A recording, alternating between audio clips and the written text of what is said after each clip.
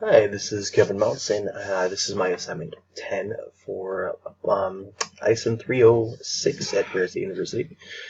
So what we're doing is a quick video on the assignment, and what it is pretty much is taking our site that we created last week in week 9 and making it mobile friendly with a little bit of stylistic changes with Bootstrap.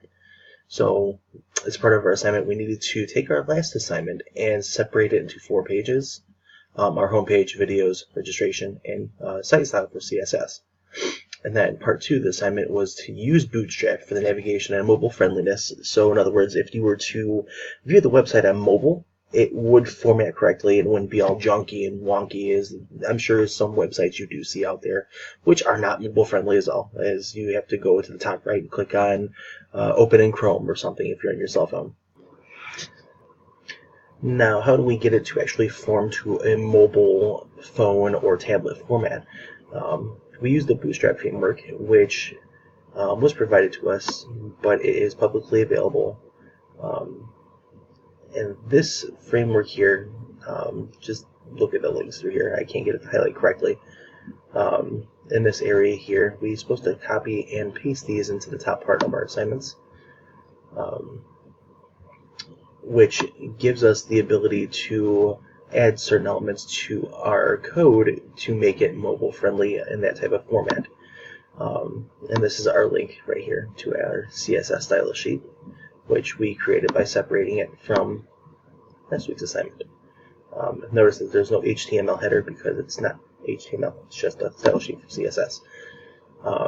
So going back to our homepage, as part of our assignment, we needed to kind of separate all of our pages and give it a little bit of style on each one with the Bootstrap controls. So we are also given a kind of a code for a navigation bar, which is here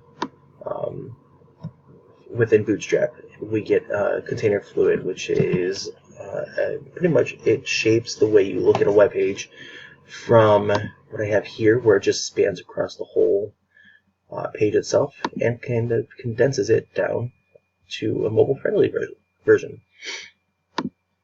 With the code provided to us, we were given this, and that was pretty much our header for each of the web page. So we were supposed to copy and paste these to the body element of our HTML, and it gives us this here, and we're supposed to do it on the body of each page except for our CSS style sheet because that's not what's being displayed in the body. It's just a stylistic category,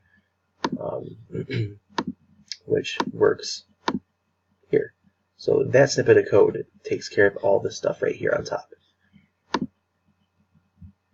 So for the next part of the assignment, we needed to create a 1x2 Bootstrap grid in our homepage that separates our hello world and the family photo. And we did this by copy pasted around div class container fluid. Like I said before, it shapes between regular web pages and mobile web pages, and div class row.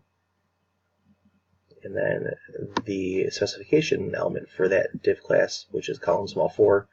And since we need 2 columns, we have it listed twice here and here to separate the family photo and the rest of the text in the site, which here's the first one, here's the second one.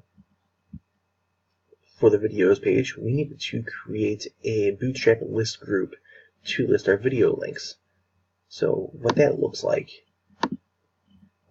is literally having 2 separate rows of a video link, which highlights across the whole page, and of course when showing here, scales down. And that is shown by the code that is through here. Of course, container fluid, video links, and now it's a list group. And we had to include a list group item, and I targeted to new just so whenever we clicked on a link, it would open a new web page.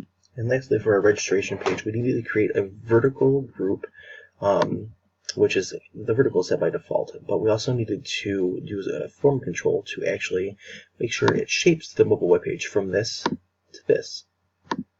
And we did that by using form control and the form group. And we needed to do that for each and every single one because they are all separated.